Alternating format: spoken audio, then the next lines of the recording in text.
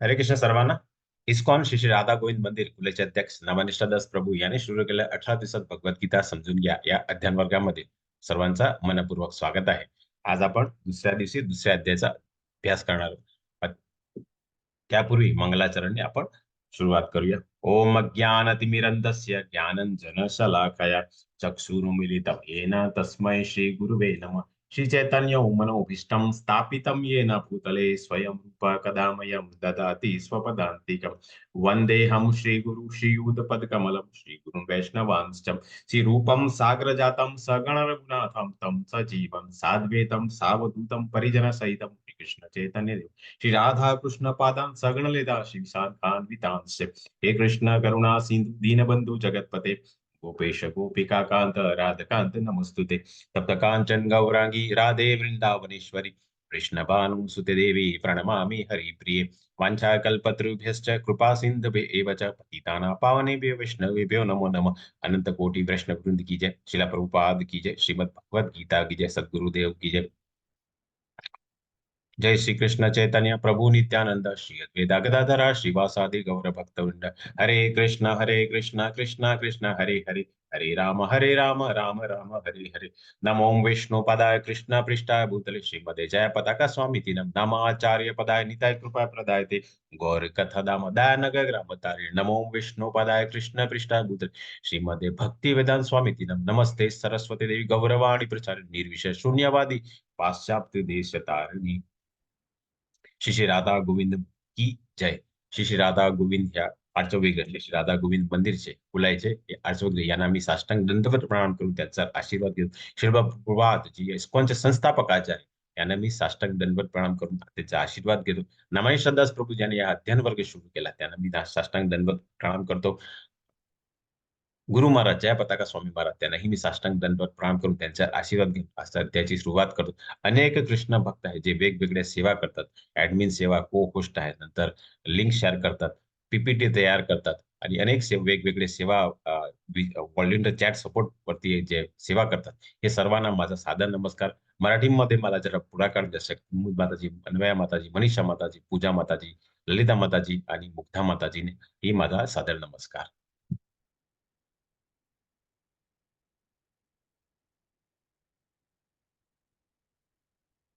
तर आज आपण दुसऱ्या अध्यायाचा अभ्यास करणार. अध्यायाचं नाव आहे गीतेचा सारांश. म्हणजे आज जवळजवळ जे काही आपण तिसऱ्या ते 17व्या अध्यायापर्यंत जे काही आपण अभ्यास करणार त्याचा इथे सार दिलेला आहे. प्रत्येक आपण काल आपण अभ्यास केला होता त्याचा हे सर्व म्हणजे इथे उत्तर देणार आहे भगवान श्रीकृष्ण. तर काल आपण पहिल्या दिवशी काय अभ्यास केला होता तर पहिला आपण धृतराष्ट्राची चौकशी की त्याने पहिला जे श्लोक होता त्याच्यात त्याने किम कुरत म्हणजे माझे मुलं काय करतात त्याच्यावरती त्याने प्रश्न केला होता. नंतर दुर्योधनची भीती कारण त्याला असं वाटलं होतं की त्याचे जे द्रुपदचे पुत्र आहे त्याने खूपच चांगली अशी त्याने सैन्य अ, हे केली होती म्हणून त्याला भीती झाली होती. संख फुकणं म्हणजे जेव्हा भगवान श्रीकृष्ण आणि पांडवांनी ज्यांचे संख फुकणे केले त्यांचे हृदय विदीर्ण झाले होते. अर्जुनाचे निरीक्षण म्हणजे आता त्यांनी दोघा सैन्यामध्ये रथ जेव्हा भगवान श्रीकृष्ण घेऊन गेले आणि त्याने दोन्ही बाजूला जेव्हा त्यांनी बघितलं तर त्याला वेगवेगळ्या युद्ध लढण्याचे कारण लागले आणि अर्जुनाने युद्ध न करण्याचे कारण दिले होते. आपण काल अ, नऊ त्यांचे पांडवाचे जे विजयाचे कारण आहे आणि अर्जुनाचे 5 न युद्ध न करण्याचे कारण होते. तर त्याच्यावरती आता आपण आज त्याचे उत्तर काय देतात ते आता आपण अभ्यास करूया. तर काल 5 जे कारण मांडले होते ते पहिलं होता करुणा म्हणजे त्याला करुणा वाटली की राज्यासाठी जर मी सर्वांची हत्या केली तर त्याला करुणा आली. आनंद नाही. जसं आपण कुठल्या तरी सणवार असतात, कुठलेतरी आपल्याला बर्थडे की लग्न वगैरे असतात, तेव्हा काय करतात, तर आपण कुटुंबासोबत आपण तो साजरा करतो. म्हणजे इथे त्याने त्याचा जो विजय झाला, त्याने हे सर्वांना मारलं, तर त्याला आनंद ते साजरा करण्यासाठी कोण नाही. त्याला असं वाटलं, की याच्यात मला काही आनंद नाही. पाप म्हणजे आपण मोठ्या जे आपल्या वयाने मोठे असतात, त्यांचा आपण आशीर्वाद घेतो, त्यांना नमस्कार करतो, त्यांच्याकडे आपण मार्गदर्शन घेतो. पण इथे मला आता गुरु आहे, मला पितामह आहे, त्यांची हत्या करायची, त्याचं वध करायचं आहे मला, म्हणून त्याला असा पाप असं त्याला वाटलं. कौटुंबिक परंपरा म्हणजे आता युद्ध पुकारलं गेलं तेव्हा काय असतात की 3 पिढीचे लोक इथे जमा होऊन ते युद्ध करतात म्हणून प्रत्येकाचे त्यांचे जे बायको असते अ, अ, ते इकडे एकटे राहणार आणि हे सर्व जे पुरुष आहे त्यांचा जर मृत्यू झाले तर त्यांची कौटुंबिक परंपरा नष्ट होणार आणि वर्णसंकराचे नष्ट होणार असं त्याला वाटलं आणि शेवटचा असमंजस म्हणजे आता हे जे 4 कारणामुळे आता मी युद्ध करू की जंगलामध्ये जाऊन माझ्या उदरनिर्वाहासाठी काय भीक मागून करू याच्यात त्याला असमंजस होता म्हणून त्याने आपला गांडीव धनुष बाजूला ठेवून तो बसला तर याच्यावरती आता भगवान त्याला काय उत्तर देते हे आता आपण आजच्या अध्यायामध्ये अभ्यास करू. तर आज आपण दुसऱ्या अध्यायामध्ये करुणावती भगवान त्यांना ज्ञान देतात म्हणजे त्याचं उत्तर काय आहे तर आपण शरीर नाही आपण आत्मा आहोत. आनंद नाही त्याच्यावरती भगवान काय म्हणतात की कर्मकांड कर म्हणजे स्वर्ग किंवा राज्य पाप प्रतिक्रिया म्हणजे बुद्धियोग देतात भक्ती क्रिया पाप नाही असमंजस म्हणजे दृढ निश्चयाने परमेश्वरची सेवा करा. पारिवारिक परंपरा नष्ट होती तर वनसंकार रोखण्यासाठी आदर्श बना आणि स्थितधीर मुनी म्हणजे शुद्ध दिव्य चेतनेतले व्यक्ती. आता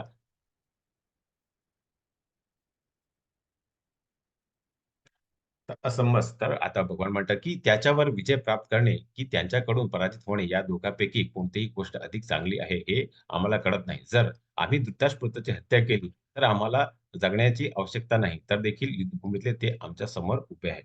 तर आता त्याला असमंजस झाला होता अर्जुनाला की ते तर आमच्या समोरच आहे. तर आम्ही त्याचं पराजित केलं तर या दोघी कोणती गोष्टी चांगली आहे. कारण पराजय झाला तरीही आम्ही इकडे राहणार नाही आणि जर आम्ही विजय झाला तर ते तिकडे राहणार नाही. म्हणजे त्याला असमंजस झालं. म्हणून त्याला इथे जगण्याची काही अवक्षा नाही असं त्याला वाटलं. आणि ह्या चित्रामध्ये तुम्ही बघू शकतात, की जेव्हा युद्ध पुकारला गेला होता, तर तेव्हा ते आशीर्वाद घ्यायला गेले होते. तर इथे आपण 2 गोष्टी आपण या चित्रावरून आपण समजू शकतात, की जेव्हा आपण नम्र असतात, तेव्हा आपण भगवंताच्या पायाकडे असतात आणि जेव्हा आपल्यामध्ये अहंकार असतात, ते तुम्ही उजव्या बाजूचं चित्र आहे, तो दुर्योधन आहे. तो अहंकार आपल्या डोक्यावरती असतात आणि जो नम्र आहे, तो जो शिष्य आहे, तो मित्र आहे, तो त्याच्या पायाकडे असतात. म्हणजे आपण सदैव नम्र व्हायला पाहिजे. तरच आपण गुरुकडे जाऊन त्यांच्याकडे आपण ज्ञान घेऊ शकतात.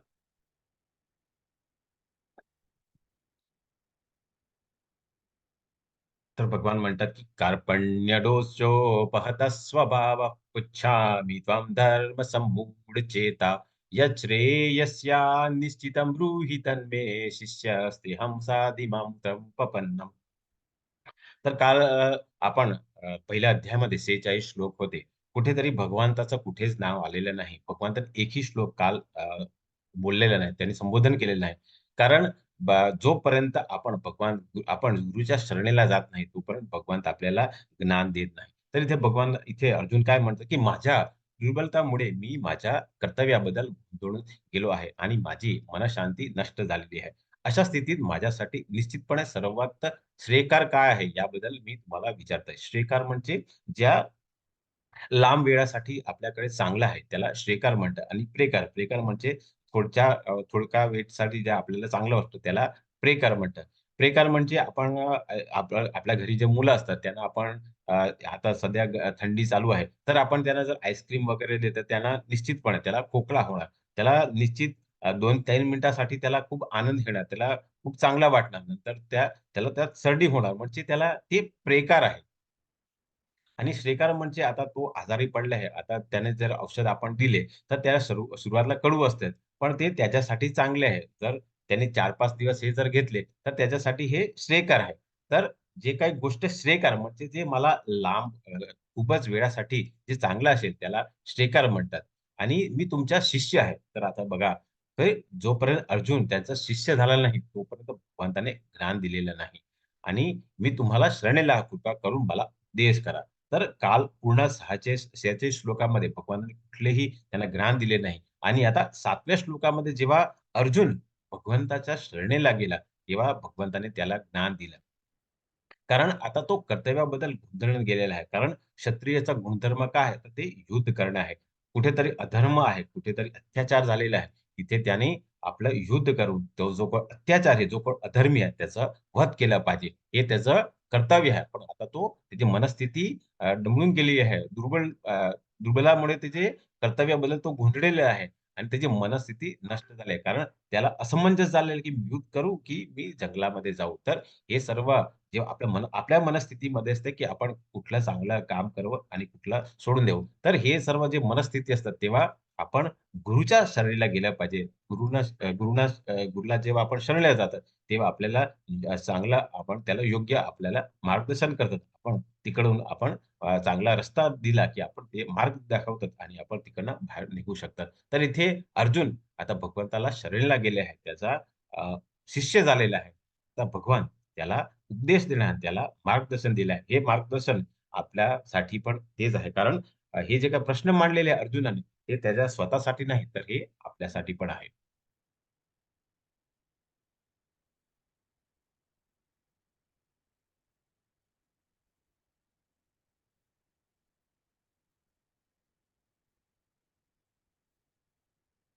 तर तुमची दृष्टी निर्दोषपणे परिपूर्ण असते, तेव्हा तुम्ही जे पाहतो ते कार्य करतो यावर माझा विश्वास आहे. तर कृष्णा कोण आहे? तर इथे आपण एक चित्र बघू शकता. तर इथे एक क्षितिज आहे. आपण बघू शकतात, की अ, ब पृथ्वी आणि आकाश हे कुठेतरी एक मिळलेलं आहे. म्हणजे आपल्याला असं वाटतं, की दोघे एकत्र झालेले आहे. पण ही आपली इंद्रिय सदोष असल्यामुळे आपण असं बघतात. तर जेव्हा आपण कुठेतरी प्रवासाला निघतो, तेव्हा आपल्याला वाटतं, की कुठेतरी पृथ्वी आणि आकाश हे एकत्र झालेले आहे. म्हणजे क्षितिजवरती कुठेतरी एकच झालेलं आहे. पण जसं-जसं आपण प्रवास पुढे जातो, तेव्हा आपण बघतो, की एक डोंगर आहे. तर आपण जर डोंगरावरती चढलं, तर डोंगरावरती आपल्याला एका झाड दिसतात. तर झाडाच्या आपण जवळ जातो, तेव्हा आपण काय दिसतात, ते कुठेतरी एका पक्षी आहे. इथे पोपट दाखवलेला आहे. तर पोपट काहीतरी फळ खातोय. पण जेव्हा आपण आपण प्रवासावर निघतो, तेव्हा आपल्याला हे दिसत नाही. म्हणजे आपली जी इंद्रिय आहे, ती सदोष असल्यामुळे आपण बघू शकत नाही. पण भगवान परमेश्वर श्रीकृष्ण ते सर्वचे नियंत्रक असल्यामुळे ते सर्व बघतात आणि ते बघू शकतात, जे आपण बघू शकत नाही. म्हणून आपली इंद्रिय आहे ती सदोष आहे. तर आपण त्या भगवंत कोण आहे त्याच्यासाठी वेगवेगळे 3 टप्पे आहेत. ज्याला आपण जेव्हा आपण भगवंताचे जे शरीरातला जो तेज, प्रकाश निघतो, त्याला काही लोक त्याला ब्रह्म म्हणतात. म्हणजे त्यांना वाटतो, की हाच निर्गुण आहे, निर्विशेष आहे. त्याला कुठेतरी त्याचा शरीर नाही. ते एक निराकार म्हणून ते जेव्हा पूजन करतात, त्याला आपण ब्रह्म रिअलायझेशन म्हणतात. जो कनिष्ठ भक्त आहे, ज्यांना ज्ञान आहे, की भगवान कोण आहे, ते कनिष्ठ भक्त आहे आणि त्यांना वाटतं, की एक मोठी ज्योती आहे. भगवान कोण आहे? ते एक ज्योती आहे, तेज आहे, प्रकाश आहे. त्याची पूजा करतात आणि काही संप्रदाय पण आहे, जे अशी ज्योतीची पूजा करतात. ते त्याला ब्राह्मण म्हणजे कनिष्ठ भक्त म्हणतात. नंतर दुसऱ्या टप्प्यावरती जे मध्य भक्त आहेत, त्यांना काय वाटतं, की त्याला ज्ञान आहे, की आपल्या हृदयामध्ये जीव आहे. परमात्मा म्हणून स्थिर आहे. त्याला आपण शिरोदक्षा विष्णू म्हणतात. आणि तो म्हणतो, की माझ्या शरीरामध्ये आत्मा आहे. आणि तो दुसऱ्या व्यक्तीमध्ये पण जो जेव्हा बघतो, की तोही एक शरीर आहे, तोही एक आत्मा आहे. तर त्याला आपण मध्य म्हणजे परमात्मा रिअलायझेशन म्हणतात. आणि शेवटच्या टप्प्यामध्ये जेव्हा आपल्याला ज्ञान असतं, की आपण शरीर आत्मा आहे. परंतु आपलं अ, गंतव्यस्थान कुठलं आहे? आपण कुठे जायचं आहे? तर आपल्याला गोलकावृंद आपण भगवानचं साक्षात धाम म्हणजे इथे श्याम सुंदर मुरली मनोहर जे त्यांचं रूप आहे, त्यांना त्यांच्याकडे जायचं आहे. त्याला आपण इथे भगवान रिअलायझेशन म्हणतात. म्हणजे जे 3 टप्पे आहेत, जे सर्वोच्च टप्पा आहे, जिथे आपण पोहोचायचं आहे, तो भगवानाचा शाश्वत धाम गोलकावृंद आहे. आणि तिथे कुठे भगवान कसं राहतात? ते श्याम सुंदर मुरली मनोहर म्हणून राहतात. म्हणजे हे 3 टप्पे आहे. आपली सदोष इंद्रियामुळे आपण हे वेगवेगळे टप्पे आहेत, ज्याला आपण हे 2 टप्पे पार करून आपण तिसऱ्या जो सर्वोच्च टप्पा आहे, तिथे आपण पोहोचायचा प्रयत्न केला पाहिजे. कारण भगवंताकडे जे ऐश्वर्य आहे, ते आपल्याकडे कधीच होणार नाही. कारण भगवंताचे सौंदर्य आहे. तर आपण जेव्हा लहानपणी असतात, तेव्हा आपल्याकडे चांगले केस असतात. आपले हात-पाय चांगले असतात. नंतर जसं-जसं आपलं वय वाढतं, तसं आपला केस पांढरे होऊन जातात. आपले काही टक्कल पडून जातात. ते आपले सौंदर्य राहत नाही. परंतु भगवानचे सौंदर्य कायमच असतं. ते श्रीमंत आहे. खूपच ते पैसेवाले असतात. जेव्हा आपण बाळपणामध्ये काहीकडे आपल्याकडे पैसे नसतात, पण भगवंताकडे सदैव पैसे असतात. ते प्रसिद्ध आहे. तर आपण जेव्हा बाळपण असतं तेव्हा आपल्याकडे प्रसिद्धी नसते. जसं-जसं आपण मोठं जातं, आपण आपलं नाव कमवतो, तेव्हा आपल्याला प्रसिद्धी होते. पण भगवंताला असं काही गरज नाही. भगवान सर्व प्रसिद्ध असतात. त्यांच्याकडे समर्थ आहे आणि कारण त्याने वेगवेगळ्या जे ते अगदी लहान होते तेव्हा त्यांनी पुतनाचा वध केला होता. नंतर 14 वर्षावर होते तेव्हा त्यांनी कंस त्याच्या मामाचा वध केला होता. त्यांच्याकडे ज्ञान आहे. कारण आता आपण त्यांच्याकडे जर ज्ञान घ्या, संन्यास. तर हे सर्व काय आहे? तर हे भगवंताचे ऐश्वर्य आहे आणि हे सर्व ऐश्वर्य कुठल्या एक व्यक्तीमध्ये नाही. ते फक्त एकच कडे आहे आणि ते भगवान श्री कृष्ण आहे. हे सर्व ऐश्वर्य जेव्हा परिपूर्ण असतात, हे जेव्हा परिपूर्ण असतात, पराशर मुनीने हे व्याख्या दिली आहे. भगवान कोण आहे? तर ज्याच्याकडे 6 ऐश्वर्य परिपूर्ण आहे, त्याला आपण भगवान म्हणतात. कारण आपण भौतिक जगामध्ये राहतात आणि आता वेगवेगळ्या संत महात्मा आलेले आहेत, बाबा लोक आलेले आहेत. ते आपल्याला भगवान म्हणतात. परंतु ते भगवान नाहीत. तुम्ही त्यांचं जर बघितलं तर त्यांचे केस पांढरे झालेले आहेत. ते ती प्रसिद्ध आहे. त्यांच्याकडे सामर्थ्य नाही. त्यांच्याकडे ज्ञान असतं, पण फार कमी असतं. संन्यास आहे आणि त्यांचं सौंदर्य टिकत नाही. म्हणजे हे सर्व त्यांच्याकडे नसून सुद्धा ते काय आपल्याला स्वतःला भगवान म्हणून म्हणतात. तर असे जे लोक आहेत, ते ते आपण भगवान म्हणू शकत नाही. म्हणून भगवान कोण आहे? ज्याच्याकडे 6 ऐश्वर्य आहे, त्याला आपण भगवान म्हणू शकत नाही. भगवान कोण आहे? तर हे भगवान श्रीकृष्ण आहे.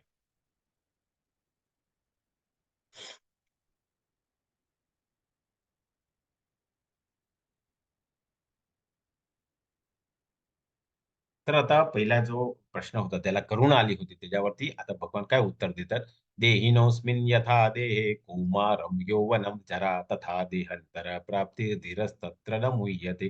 ज्याप्रमाणे देहधारी आत्मा अविरतपणे या देहात बालपणापासून तारुण्य आणि तारुण्यापासून म्हातारपणात जात असतो, त्याचप्रमाणे मृत्यूनंतर जीवात्मा दुसऱ्या देहामध्ये प्रवेश करतो. अशा स्थितामुळे धीर मनुष्य गोंधळत जात नाही. तर इथे तुम्ही चित्रामध्ये बघू शकतात, की खालच्या चित्रामध्ये एका कुठेतरी हे हाड हाड पडलेलं आहे. म्हणजे त्याचा आता त्याचा मृत्यू झालाय. मृत्यू झाल्यावरती काय होतं, की आपल्यामध्ये जो आत्मा आहे, जीव म्हणतात, तो एका दुसऱ्या शरीरामध्ये, तो गर्भामध्ये जातो. गर्भामध्ये तिकडनं तो काय होतो, हळू त्याचा वाढतं त्याचे तो बालपणामध्ये येतो. नंतर तो तारुण्य होतं आणि शेवटचे तो म्हातारपण येतं आणि त्याप्रमाणे त्याचा मृत्यू होतो. म्हणजे आता त्याला जे पितामह आणि द्रोणाचार्य आहे, ते काय आहे तर ते झालेले आहे, म्हातारपण झालेले आहे. कधी ना कधी त्यांचा मृत्यूच होणार आहे. तर जर त्याने त्याचा जर वध केला, तर तो त्याच्या शरीराला मारत नाही, त्याला आत्माला मारत नाही. तो फक्त शरीराला मारतो. कारण शरीर जो आहे, तो जीर्ण झालेला आहे आणि कधी ना कधी तो मरणारच आहे. तर म्हणून जर त्याने त्याचा वध केला, तर त्याला करुणा यायला नको असं भगवंत या श्लोकाद्वारे त्याला सांगतात, की "तू करुणा घेऊ नकोस, कारण कधी ना कधी तो शरीर मरणाच आहे. तर तू त्याला मुक्त केला." कारण ते अधर्माच्या बाजूमध्ये, ते दुर्योधनाच्या बाजूमध्ये होते. तर जेव्हा अधर्मीला लोकांना जेव्हा एक क्षत्रिय मारतो, तर तेव्हा त्याला पाप लागत नाही. त्याला पाप प्रतिक्रिया लागत नाही. असं भगवंताने या श्लोकामध्ये आपल्याला सांगण्याचा प्रयत्न केलेला आहे. पुढे भगवान म्हणतात, की "नैनं छिदन्ति शस्त्राणि, नैनं दहति पावक, न चैनं क्लेदयन्तापो, न शोषति मारुता." या आत्माचे कोणताही शास्त्रीयद्वारे तुकडे करता येत नाही. अग्नीद्वारे त्याला जळता येत नाही. पाण्याद्वारा त्याला भिजविता येत नाही आणि तसेच वाऱ्याने त्याला सुकिता येत नाही. मी जसं सांगितलं, की आपण शरीर नाही, आपण आत्मा आहे. तर आता तो वध कोणाचा करणार आहे? तो शरीराचा वध करणार आहे. कारण आत्माचा वध करू शकत नाही. कारण इथे भगवान म्हणतात, की आत्माचे कोणत्याही शस्त्राद्वारे तुकडे करता येत नाही. त्याला अग्नीद्वारा. कारण त्यावेळी अग्नी नावाचं एक शस्त्र पण यायचं आणि पाण्याचा एक शस्त्र यायचा आणि तसंच वाऱ्याचाही एक शस्त्र यायचं. म्हणजे हे 3 शस्त्रानेही आपण आत्माला कधीही आपण मारू शकत नाही. असं भगवंत या श्लोकामध्ये सांगतात. म्हणून तो फक्त एका शरीराचा वध करतो. म्हणजे तो शरीर जो जीर्ण झालेला आहे, तो म्हातारपणा झालेला आहे, त्याचा वध करतो. म्हणून तुला करुणा आली नको असं भगवान या 2 श्लोकामध्ये अर्जुनाला सांगायचा प्रयत्न केला पाहिजे, केला आहे. आणि आपणही हे समजून घ्यायला पाहिजे, की आपण शरीर नाही, आत्मा आहे. आणि जो कोण ज्याचा मृत्यू होतो, तो त्याचा फक्त शरीर चा मृत्यू होता. आत्माचा कधीही मृत्यू आहे. कारण आत्मा तो शाश्वत आहे, जीव आहे, तो परमात्मा आहे आणि परमात्मा कधीही त्याचा मृत्यू होत नाही. असा या 2 श्लोकाचा तात्पर्य आहे. पुढे भगवान म्हणतात त्याने एक प्रश्न कोरला होता, की आनंद नाही. तर भगवान म्हणतात, की "अवाच वादंश्च बहुनं दिश्वान्ति तवाहित ननंतस्त्वा सामर्थ्य ततो दुःखंतरं नु किं." तुझे शत्रू अनेक अपमानास्पद शब्द तुझे वर्णन करतील आणि तुझ्या योग्यतेचा उपहास करतील. याहून अधिक दुःख असे तुला काय आहे?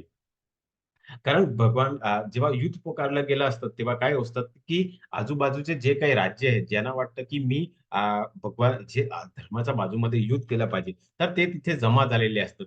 तर जेव्हा तू आता युद्ध न करता तू जर जंगलामध्ये निघून गेला, तर तुझे जे अ, तुझ्या बद्दल जे युद्ध करायला आलेले आहेत, जे अनेक राजा आहेत, जे धर्माच्या बाजूने, तर ते तुला अनेक अपमान शब्द तुला वर्णन करतील आणि तुझे योग्यतेचा कारण अर्जुन सव्यसाची आहे तो दोन्ही हाताने तो बाण चालायचा म्हणजे तो सव्यसाची आहे आणि तो सर्वात चांगला असा द्रोणाचार्याचा शिष्य होता. म्हणजे त्याच्या तुझ्या योग्यतेचा उपहास करतील आणि याचा तो अधिक दुःखर तुला काय आहे? असं इथे भगवान या श्लोकामध्ये भगवान अर्जुनाला समजायचा प्रयत्न केल्याने आपल्यालाही सांगायचा प्रयत्न केलाय. कारण आपण ज्या वर्णामध्ये असतात, ज्या आश्रमामध्ये असतात, त्याप्रमाणे जर आपण आपलं कर्म केलं, तर आपल्याला कुठेही पाप प्रतिक्रिया लागत नाही. असं या श्लोकामध्ये भगवंताला आपल्याला सांगायचा प्रयत्न केला. म्हणून आनंद आहे म्हणजे तू क्षत्रिय असल्यामुळे तू युद्ध केलंच पाहिजे. तेव्हाच तुला आनंद येणार असं भगवान या श्लोकामध्ये अर्जुनाला सांगायचा प्रयत्न केला आहे. पुढे भगवान म्हणतात, की हे कोणते रणभूमीवर तू मारला जाशील आणि तुला स्वर्ग प्राप्ती होईल किंवा तू विजयश्री प्राप्त करून पृथ्वीचे साम्राज्य भोग. म्हणून दृढ निश्चय होऊन उठ आणि युद्ध कर. तर जेव्हा तो युद्ध करणार आहे, भगवान इथे गेल्या श्लोकामध्ये आपल्याला सांगितलं, की जर युद्ध केलं तर त्याचे 2च कारण होणार. कारण एक तर तो त्याचा पराभव होणार. जर पराभव झाला तर तो क्षत्रिय म्हणून त्याने युद्ध केलं आहे. तर आणि ते दुसरं काय तर भगवंताच्या त्या आदेशाचं पालन करून त्याने युद्ध केल्यामुळे काय होणार? त्याने आपलं विहित कर्म केल्यामुळे त्याला स्वर्गाची प्राप्ती होणार. त्याचा पराभव झाला तर, त्याचा मृत्यू झाला तर.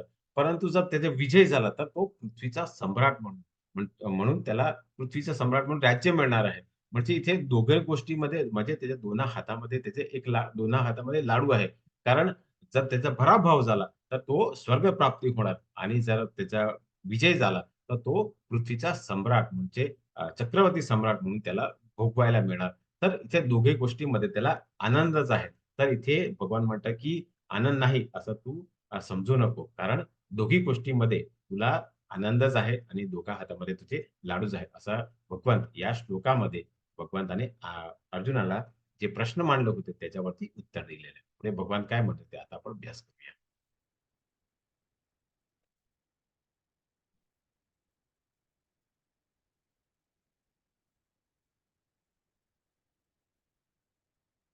पुढे भगवान म्हणतात, नेहाभिक्रम क्रममनाशो प्रतिवायो न विद्यते स्वकल्पन्यस्य धर्मस्य त्रायते महतो भयात. म्हणजे या प्रयत्नात कोणताही नुकसान किंवा ऱ्हास नाही आणि या मार्गात अल्प प्रगती ही मनुष्याला मोठ्या भयंकर भयापासून संरक्षण होऊ शकतात. तर भगवंत आता आपल्याला म्हणतात, की इथे तुम्ही चित्रामध्ये बघू शकता, की जेव्हा अ, अ, त्रेतायुगमध्ये जेव्हा रावणने सीतामाताचं अपहरण केलं होतं आणि जेव्हा हनुमंताला भगवान श्रीरामने सांगितलं, की "तू शोधून ये, की सीता मायेला कुठे लपवली आहे." तर तेव्हा त्याने शोधून काढली आणि जेव्हा रावणला हे कळलं, तर त्याने काय केलं तर अ, व हे हनुमानचे शेपूटला आग लावून त्याला मारायचा प्रयत्न केला. परंतु हनुमंताने काय केलं, फक्त सीतामाताला शोधायला आला होता. परंतु त्याने जे रावणाने आणि त्याचे जे इतर जे लोक होते, त्याने त्याला हे आग लावल्यामुळे काय झालं, तर त्याने पूर्ण लंकाचं दहन केलं. म्हणजे त्याने अ, जे काही काम दिलं होतं त्याच्यापेक्षा त्याने चांगलं असं काम केलं. म्हणजे त्याने ह्या प्रयत्नात कुठल्याही त्याला नुकसान नाही. त्याने फक्त शोधायचा प्रयत्न केला होता. परंतु त्यांची मदत लंका दहनासाठी रावणानेच मदत केली. दुसऱ्या चित्रामध्ये बघू शकतात, की रावणचा भाव होता तो खूपच असा सात्विक होता. त्याने धर्माच्या बाजूमध्ये होता. त्याने काही वेळा त्याने आपल्या भावाला विनंती केली, की तुम्ही चुकीचं कार्य करतात. तुम्ही सीता माताला सोडा. कारण राम तुमचा कधीही तुमचा वध करणार. म्हणून जेव्हा ज्यावेळी विभीषणला कळलं, की राम आता लंकाकडे आलेले आहे. तर ते त्यांच्या शरणेला गेला. म्हणजे त्याने काय केलं, तर त्याने भगवंताच्या शरणी गेला. जेव्हा आपण धर्माच्या बाजूने शरणेला जातो, तेव्हा आपण भयंकर भयापासून आपण संरक्षण मिळू शकतात. तर भगवान इथे या श्लोकामध्ये आपल्याला हेच सांगायचा प्रयत्न करतात, की कुठेतरी जेव्हा अधर्म असतो, जर आपण त्या धर्माच्या बाजूमध्ये जर आपण उभी राहिलं, तर आपण भयंकर भयापासून आपण संरक्षण मिळू शकतात आणि आपण एका चांगला गोष्ट करू शकतात. असं या श्लोकामध्ये भगवंताने आपल्याला सांगायचा प्रयत्न केलेला आहे. तर पुढे भगवान म्हणतात पारिवारिक परंपरा नष्ट होतील.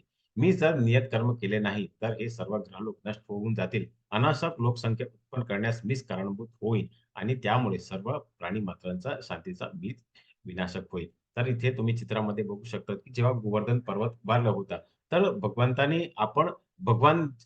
जे कार्य केलं ते आपण करू शकतो. आपण त्यांचे अनुकरण करू शकत नाही. आपण त्यांनी जे ज्ञान दिले त्याचं आपण अनुसरण करू शकतात. आपण डोंगर उभारू शकत नाही, पण त्यांनी जे ज्ञान दिले ते आपण अनुसरण करू शकतात. तर इथे भगवान म्हणतात, की मी जर नियत कर्म केलं नाही, कारण आता भगवंताने अर्जुनाला तयार केलं आहे युद्धासाठी. कारण दुर्योधन आणि अ, हे पुरं कौरव सेना हे सर्व अधर्माच्या बाजूमध्ये होते. जर त्यांचं वाढ वाढलं, तर काय होणार? अधर्मी लोक जर जास्त झाले, तर काय होतं? त्यांची लोकसंख्या अनाशक लोकसंख्या वाढते आणि यामुळे काय होतं, की भगवान श्रीकृष्ण स्वतःला असं म्हणतात, की मीच कारणीभूत होईल आणि त्यामुळे सर्व प्राणी मात्र शांतीचा विनाश होईल. कारण तुम्ही बघता, की जिथे कुठेतरी कायदा नसतं, आपण भौतिक जगामध्ये असतात. जेव्हा कुठेतरी पोलीस नसतात, तिथे कुठेतरी चांगला व्यवस्था नसतात, तिथे काय होतं, तर अधर्म होतात, अत्याचार होतात. काही विधर्मी असतात, जे अत्याचार करतात. तर हे सर्व नियत कर्मासाठी भगवंताची आवश्यकता आहे. म्हणून पारिवारिक परंपरा नष्ट होतील. कारण जेव्हा अधर्मी लोक असतात, त्यांना कुठलाही धर्म लागत नाही. ते कोणाचीही हत्या करतात आणि म्हणून आपली पारिवारिक परंपरा नष्ट होऊ शकतात. असं भगवंत या श्लोकामध्ये अर्जुनाला सांगायचा प्रयत्न केला. आपल्यालाही सांगायचा प्रयत्न केला अर्जुनाच्या माध्यमातून. तर आता अर्जुनाला असमंजस झालं होतं. त्याच्यावरती भगवान काय म्हणतात? व्यवसातिक्मा बुद्धिरेके कुरु नंदन बहुशाखहनन्तश्च बुद्धयो अव्यवसायिनाम. जे या मार्गावर असतात त्यांची बुद्धी दृढ निश्चय असतात आणि त्यांचे ते एकच असतात. हे प्रिय करून कुरुनंदन हे डळमळीत वृत्तीचे असतात. त्यांची बुद्धीला अनेक फाटे फुटलेले असतात. तर इथे चित्रामध्ये आपण बघू शकता, की जेव्हा पांडव आणि कौरव जेव्हा द्रोणाचार्याच्या आश्रमामध्ये प्रशिक्षणासाठी गेले, त्यांचे ज्ञान घ्यायला गेले होते, तेव्हा त्याने एका कसोटी घेतली होती. त्याने त्याचे गुरु द्रोणाचार्याने काय केलं होतं, एका लाकडीचा एका पक्षीला तिथे एका झाडावरती बांधलेलं होतं आणि त्याने वेगवेगळ्या पांडव आणि कौरवाला बोलावून सांगितलं, की तुम्हाला काय दिसतं? तर तेव्हा जेव्हा युधिष्ठिर महाराज आला, तर त्याने दिसलं, की तिथे एक झाड आहे. झाडावरती फळं आहे. फळावरती फळ आहे. नंतर पानं आहे. फांदी आहे. नंतर वेगवेगळ्या फळ लागलेलं आहे आणि पक्षी दिसतो त्याला. नंतर भीम आला. भीमला फक्त ते कुठेतरी आंबे लागलेले आहे हेच दिसतं. परंतु फक्त अर्जुन एकच होता, ज्याला फक्त पक्षीचे डोळे दिसत होते. म्हणजे भगवान हे आपल्याला ह्या श्लोकाद्वारा आणि हे चित्राद्वारे आपण याला हे सांगायचा प्रयत्न केला, की ज्या मार्गाने असतात त्याची बुद्धीला दृढ निश्चय असतात. म्हणजे फक्त अर्जुनला एक दृढ निश्चय होता, की त्याने फक्त पक्षीचे डोळे बघितले आणि ज्यांचे वृत्ती डळमळीत असतात. म्हणजे आपल्यासारखे जे असतात ते आपण काय बघणार, तर आपण तिथे झाड बघणार, तिथे पानं बघणार, तिथे फांदी बघणार, वेगवेगळ्या फळं बघणार. पण कुठेतरी आपल्याला त्या पक्षीचा डोळा दिसत नाही. म्हणून जेव्हा असमंजस म्हणजे तुम्ही एक दृढ निश्चय करा, की मला हेच करायचे असतात. तेव्हा तुम्हाला असमंजस होणार नाही. जेव्हा तुम्ही दृढ निश्चय होतात, तेव्हा तुम्हाला असमंजस होणार नाही. असं या श्लोकामध्ये भगवंताने जे अर्जुनाने जे प्रश्न मांडले होते असमंजसावरती, तिथे या श्लोकाद्वारे भगवंताने त्याला उत्तर दिलेलं आहे. तर भगवान पुढे म्हणतात, की अर्जुन म्हणाला, की "हे कृष्ण, ज्याची भावना अशी समाधीस्थ झाली आहे, त्यांचे लक्षणं काय आहेत? ते कसा आणि कोणत्या भाषेत बोलतो? तो बसतो कसा आणि चालतो कसा?" तर आता भगवंताने त्याचे जे 5 प्रश्न जे मांडले होते काल, त्याच्यावरती आता उत्तर दिलं तर आता अर्जुनाला परत प्रश्न पडलेला आहे, की ज्यांची भावना अशी समाधीस्थ झाली आहे, म्हणजे त्याचे लक्षण काय आहे? आणि तो काय कशा भाषेत बोलतो, बसतो आणि कसं चालतो? त्याच्यावरती आता अर्जुनाने त्याला प्रश्न केलेले आहे भगवान श्रीकृष्णाला. आता त्याच्यावरती भगवान काय उत्तर देतात, ते आता आपण अभ्यास करूया. तर श्री भगवान म्हणाले, की परमपुरुष भगवान म्हणाले, "हे पार्था, जेव्हा मनुष्य मानसिक ह्याच्यातून उत्पन्न झालेल्या सर्व प्रकारच्या इंद्रिय इच्छांचा त्याग करतो आणि जेव्हा त्याच्या मनाला एकांताचाच समाधान मिळतो, तेव्हा तो शुद्ध दिव्य चेतनात असो." असे म्हणतात. तर इथे तुम्ही चित्रामध्ये बघू शकता प्रल्हाद महाराज जे भगवान विष्णूचे शुद्ध भक्त होते. त्यांचे जे वडील होते हिरण्यकश्यपू, त्याने वेगवेगळ्या शस्त्रांनी, वेगवेगळ्या सर्पांनी, वेगवेगळ्या अग्नीमध्ये आणि अग्नीमध्ये त्याने मारायचा प्रयत्न केला होता. तेव्हा भगवान इथे काय म्हणतात, की जेव्हा मनुष्याच्या मानसिक उत्पन्न झालेल्या सर्व प्रकारच्या इंद्रिय, आपली 5 इंद्रिय आहेत, त्यांचे जे इच्छेचा त्याग करतो. आपली 5 इंद्रिय आहे म्हणजे आपल्याला कानामध्ये आपल्याला चांगलं ऐकायचं, गाणे ऐकायचे. आपल्या डोळ्यामध्ये आपण वेगवेगळे चांगले सीरियल, पिक्चर वगैरे बघायचं आहे. चांगलं निसर्ग बघायचं असतं. आपण जीभमध्ये चांगलं-चांगलं आपल्याला जेवण करायचं असतं. ते हे सर्व काय आहे ते आपली इंद्रिय आहे. आपले इंद्रिय जेव्हा इंद्रियाच्या इच्छेचा जेव्हा आपण त्याग करतो आणि त्याचा मनाला एकांतच समाधान मिळतो. तो शुद्ध दिव्य चेतनात असतो. म्हणजे प्रल्हाद महाराजांनी फक्त भगवान श्रीकृष्ण म्हणजे ज्याने आपण फक्त विष्णूचं स्मरण केला, तर तेव्हा तो दिव्य चेतनात असतो. असं भगवंत सीताधीर मुनीचं एक लक्षण आहे. इथे वर्णन दिले आहे. आणखीन काय त्याचे लक्षण असतात तर इथे आपण जेव्हा आता पुढच्या महिन्याला होलिका दहन येणार आहे. तर तेव्हा त्यांच्या वडिलांनी त्यांना अग्नीमध्ये टाकूनही त्यांना मारण्याचा प्रयत्न केला होता. परंतु ते भगवंताचे शुद्ध भक्त असल्यामुळे त्यांना काही अडचण आलेली नाही आणि त्यांची आत्या अ, होलिका त्याचा अ, मृत्यू झाला. परंतु जेव्हा आपण शुद्ध दिव्य चेतनामध्ये असून भगवंताचंच आपण जेव्हा स्मरण करतात, निश्चितपणे भगवंत आपली मदत करतात. असं या श्लोकामध्ये भगवंताने अर्जुनाचा उत्तर दिलेलं आहे. तर असेच परमपुरुष कोण होते? तर इथे आपण शिला प्रभुपाद जे इस्कॉनचे संस्थापक आचार्य होते. तर त्याने काय केलं तर आपलं जीवन पूर्ण जसं मी काल तुम्हाला त्यांचं वर्णन केलं होतं, की जे अगदी 5 वर्षाचे होते ते आणि जेव्हा 72 वर्षपर्यंत जे इथे राहिले, त्यापर्यंत त्यांनी फक्त कृष्ण भावनाचा प्रचार आणि प्रसार केला. म्हणजे ते शुद्ध दिव्य चेतनामध्ये होते आणि त्यांनी प्रत्येक इंद्रिय म्हणजे ते जवळ-जवळ 20 तास भगवान श्री कृष्णाचे ते प्रचार आणि प्रसार करायचे. त्यांनी अनेक ग्रंथाचा त्यांनी लिहिले होते आणि नेहमी ते फक्त कृष्णाचा प्रचार आणि प्रसारासाठी ते आपल्या इंद्रियाचा अ, इंद्रियाचा उपयोग केला. आपली इंद्रिय इच्छाचा त्यांनी त्याग केला होता. असं इथे आपण या श्लोकाचं तात्पर्य समजू. तर ती भाषा कशी बोलतात? तर जो त्रिविधा तापामध्ये तापांनाही मनामध्ये विचलित होत नाही किंवा सुखामध्ये हर्षलाभ होत नाही आणि जो आसक्ती, भय आणि क्रोध यापासून मुक्त झालेला आहे, त्याला स्थिर मनाला झालेला मुनी असं म्हटलेलं आहे. तर भगवान म्हणतात, की जे 3 आहेत. त्रिविध ताप आहे. जसं आपण आसक्ती, भय आणि क्रोध. तर आसक्ती म्हणजे काय? तर आपण जे भौतिक जगामध्ये राहतो, तेव्हा जेव्हा आपण कुठेतरी आपला जो मुलगा आहे, की आपला कोण नातेवाईक आहे, जेव्हा आपण ते काही चुका करतात, आपण त्यांना म्हणतो, की नाही तू हे चांगलं काम केलं. तर आपण त्याच्यावरती आपली आसक्ती आहे. तर आपण आसक्ती नाही, तर आपण आपलं प्रेम दाखवायचं असतं, की नाही तू चूक केली आहे आणि तिथे कुठेतरी माफी मागायला पाहिजे. भय तर प्रत्येक लोकांना कुठल्या वस्तूचा भय असतं आणि क्रोध तर आता आपण भौतिक जगामध्ये राहतो तेव्हा आपल्याला नेहमी कुठेतरी फिरायला जातं, कुठेतरी बसमध्ये किंवा ट्रेनमध्ये जातात. तर आपण नेहमी भांडणं ऐकतात. कारण सर्वांना क्रोध असतात. तर हे जे त्रिविध ताप आहे त्यापासून जो मुक्त झालेला आहे, त्याला स्थिर मनाला मुनी म्हटलेलं आहे. तर भगवान म्हणतात, की हे त्रिविध ताप आहे. आसक्ती, भय आणि क्रोध हे त्रिविध ताप आहे. हे आपल्या मनामध्ये विचलित होत नाही आणि सुखामध्ये असतो. जेव्हा असं काही वेळा आपल्याला सांगतात, की जेव्हा आपण खुश असतो, तेव्हा आपण कोणाला वचन द्यायचं नसतं आणि जेव्हा आपण दुःखी असतो, तेव्हा आपण अपशब्द बोलू नये.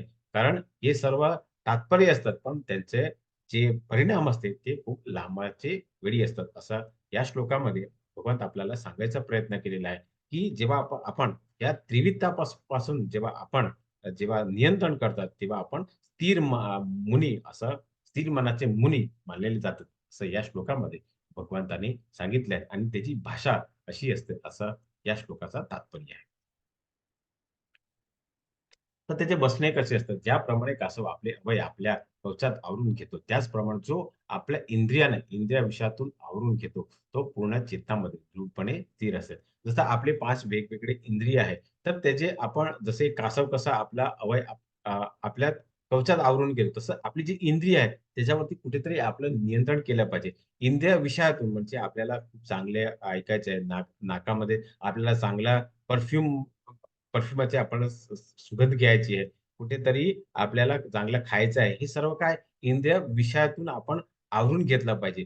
तेव्हा आपण नियंत्रण केलं. आपले बसणे कसे असतात, तर हे चेतनामध्ये आपण दृढपणे आपण स्थिर होऊ शकतो. जसं इथे कासवाचं उदाहरण दिलंय, की तो आपले जे 2 पाय आहेत, आपलं जो डोकं आहे, अ, ते आवरून घेतो. कारण जे वस्तू त्याला जे गरज असतात, तेच तो इंद्रियाचा उपभोग करतात आणि नंतर जेव्हा त्याचं आपलं काम पूर्ण होतं, की तो हे सर्व आपला अवयव आवरून घेतो. तसंच आपले जे 5 इंद्रिय आहेत, ते फक्त आपलं भगवान श्रीकृष्णाच्या प्रित्यार्पणे जर आपण उपयोग केला, तर आपण निश्चितपणे आपल्या पूर्ण चेतनामध्ये अ, दृढपणा आणू शकतात. असं या श्लोकामध्ये भगवंताने आपल्याला सांगायचा प्रयत्न केलाय आणि इथे उदाहरणही कासवचं दिलेलं आहे.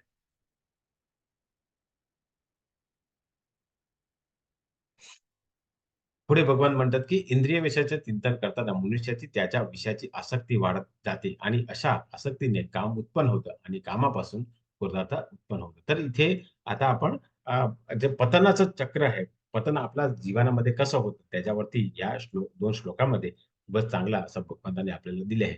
तर इंद्रिय विषयाचे चिंतन करताना मनुष्याच्या त्या ज्या विषयाची आसक्ती वाढते. तर इथे चित्रामध्ये बघू शकतात, तर एका तरुण मुलगा आणि मुलगी आहे. तर एक दुसऱ्यांना बघतात, तर काय होतं त्यांचे इंद्रिय विषयाचं चिंतन होतं किंवा तर तुम्ही रोज कुठेतरी बाहेर निघतात. मग अनेक स्त्री किंवा अनेक पुरुषांना तुम्ही बघतात. पण कुठेतरी सर्व तुम्हाला आठवण येत नाही. तुम्ही सर्व त्या पुरुष किंवा स्त्रीची चिंतन करता, पण कुठेतरी एका सुंदर स्त्री किंवा सुंदर पुरुषाचं तुम्ही चिंतन करता. तर जेव्हा तुम्ही चिंतन करता, तर काय होतं, तर तुम्हाला त्या स्त्री किंवा पुरुषावरती तुमची आसक्ती वाढते आणि आसक्तीमुळे काय होतं, तर तुम्हाला काम उत्पन्न होतं. काम म्हणजे तुम्हाला त्याला तुम्हाला त्यांच्याकडे मैत्री करायची असते. तुमचा WhatsApp नंबर घ्यायचा, त्यांच्याकडे बोलायचं आहे.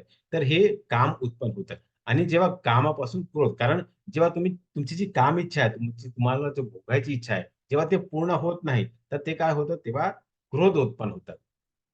आणि क्रोध उत्पन्न होतं तेव्हा काय होतं, तर क्रोधापासून संमोहन निर्माण होतं.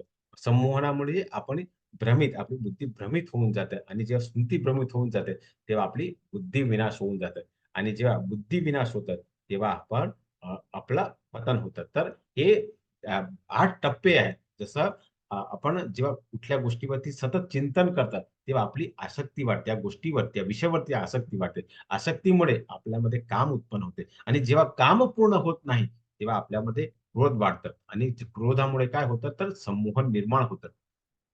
आणि आपण भ्रमित होऊन जातात आणि स्मृती जेव्हा आपण भ्रमित होते, आपल्याला लक्षात येत नाही, की आपण चांगलं काय आणि वाईट काय? त्याच्यावरती जेव्हा आपण स्मृती भ्रमित होऊन जाते, तेव्हा आपली बुद्धीचा विनाश होतो आणि जेव्हा बुद्धिविनाश होऊन जातात, तेव्हा आपण एका अंधरूपात एका पतन होतं. म्हणजे आपण न पाहिजे ते काम करून आपण काही वेळा आपण आता अ, भौतिक जगामध्ये राहतात, आपण वेगवेगळ्या लोकांना विधर्मी लोकांचं आपण उदाहरण आहे. की 36 तुकडे वगैरे करतात. तर हे काय आहे, हे सर्व बुद्धीचा त्याचा विनाश होतो. कारण त्याची जी काम इच्छा होती, ते पूर्ण कुठेतरी झालेलं नाही.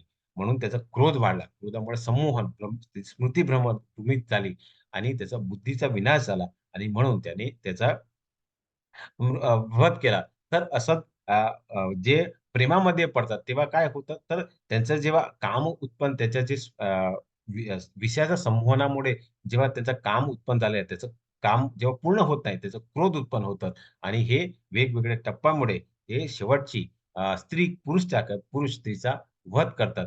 तर हे 2 श्लोकामध्ये भगवान आपल्याला हेच सांगतात, की जेव्हा जे गोष्टीवरती आपण जास्त चिंतन करतात, त्याचा आपल्याला आसक्ती वाढते. म्हणून आपण चांगली गोष्टी जर आपण चिंतन केली, तर निश्चितपणे आपल्याकडे चांगली गोष्टीची आसक्ती वाढणार. म्हणून भगवान श्रीकृष्णाचं जर आपण चिंतन केलं, तर निश्चितपणे भगवान श्रीकृष्णाची आपल्याला आसक्ती वाढणार. तर हाचा इंद्रिय वस्तूचा आपण 20 वस्तू आहे. तर आपली 5 इंद्रिय आहेत. ते वस्तूची जेव्हा आपण आसक्ती वाढते. आसक्तीमुळे काय होतं, तर आपल्यामध्ये काम वासना वाढते. काम वासनामुळे आपल्यामध्ये जेव्हा काम वासना पूर्ण होत नाही, तेव्हा आपल्यामध्ये क्रोध वाढतो. क्रोध आपली मनस्थिती भ्रम करून टाकते. भ्रमस्थिती स्मृतीचा भ्रमविनाश करतो आणि तो बुद्धीच्या शेवटचे विनाश होऊन जातात आणि शेवटचे आपला पतन होतं. म्हणजे कुठेतरी आपण कोणाचा वध केल्यावरती आपल्याला जेलामध्ये जावं लागतं. तर हे सर्व काय आहे, तर इंद्रिय वस्तूच्या विषयावरती जेव्हा आपल्याला आसक्ती वाटते, जेव्हा आपण सतत चिंतन करतात, तेव्हा आपण जर चांगली गोष्टी असेल, तर आपला आपला उद्धार होणार. परंतु जर आपली इंद्रिय वस्तूवरती जर चांगली आसक्ती नसेल, तर आपलं निश्चितपणे पतन होणार. असे हे पतनाचे भगवंताने चिंतनाचे 8 टप्पे आपल्याला दिले आहेत. तर आता चालणे कसे असतात? पण आसक्ती आणि अनासक्ती यापासून मुक्त असणाऱ्या आणि स्वतंत्रता नियामक तत्वानुसार इंद्रिय नियंत्रण करण्यामध्ये समर्थ असणारा मनुष्य भगवंताची कृपा पूर्ण प्राप्त करू शकतात. तर जसं चिंतन केल्यावरती काय होतं, तर आपल्याला आसक्ती तर आसक्ती आणि अनासक्ती तर इथे परत इथे भगवान आपण शिला प्रभुपादाचं उदाहरण दिलं आहे. तर त्यांना कुठल्याही गोष्टीवरती आसक्ती आणि अनासक्ती यापासून मुक्त झाले होते. कारण त्यांना फक्त भगवान श्रीकृष्णाचा प्रचार आणि प्रसार करायचा होता. म्हणून जेव्हा आपण दोन्ही गोष्टीवरती जेव्हा आपल्याला नियंत्रण असतात, तर आपण निश्चितपणे भगवंत आपल्याला कृपा करतात, आपल्यावरती कृपा करतात आणि आपल्याला ते त्यांचं शाश्वत धाम गोलोकापर्यंत आपल्याला नेऊ शकतात. असं या श्लोकामध्ये भगवंतांनी आपल्याला सांगायचा प्रयत्न केलेला आहे. इथेच आपला हा दुसरा अध्याय पूर्ण होतो.